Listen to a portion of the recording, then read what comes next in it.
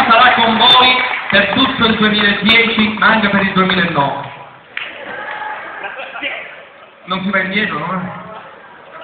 Ah, si va avanti. Vabbè, anche per il 2012 allora. L'11 lo sappiamo, non mi piace l'11, non so perché. Infatti ho deciso che voglio saltare l'11 e voglio andare direttamente al 2012. E la stessa cosa la farà Pino pure, Pinocchio Ricosta. E poi lo vedete così, voi lo conoscete bene, lo vedete così, ma lui di notte si trasforma e diventa un astrolindo.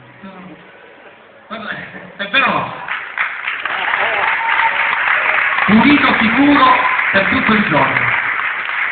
Noi abbiamo fatto un esperimento, abbiamo voluto tradurre in siciliano uno dei pezzi più belli, forse più famosi, del più grande per me, cantautore italiano, Fabrizio De André. E la canzone di cui parlo è Bocca di Rosa, che nella nostra versione diventa Vuccuzza di Giuri.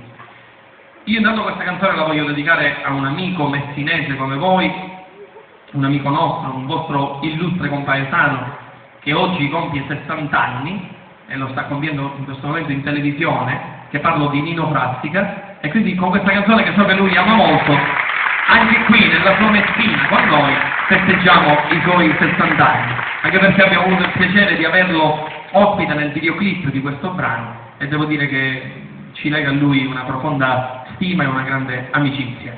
Era chiamato a Vuccuzza di Giuri, faceva l'amore e lo faceva di tutti i maneri, del capo, di tutta, davanti e dal re.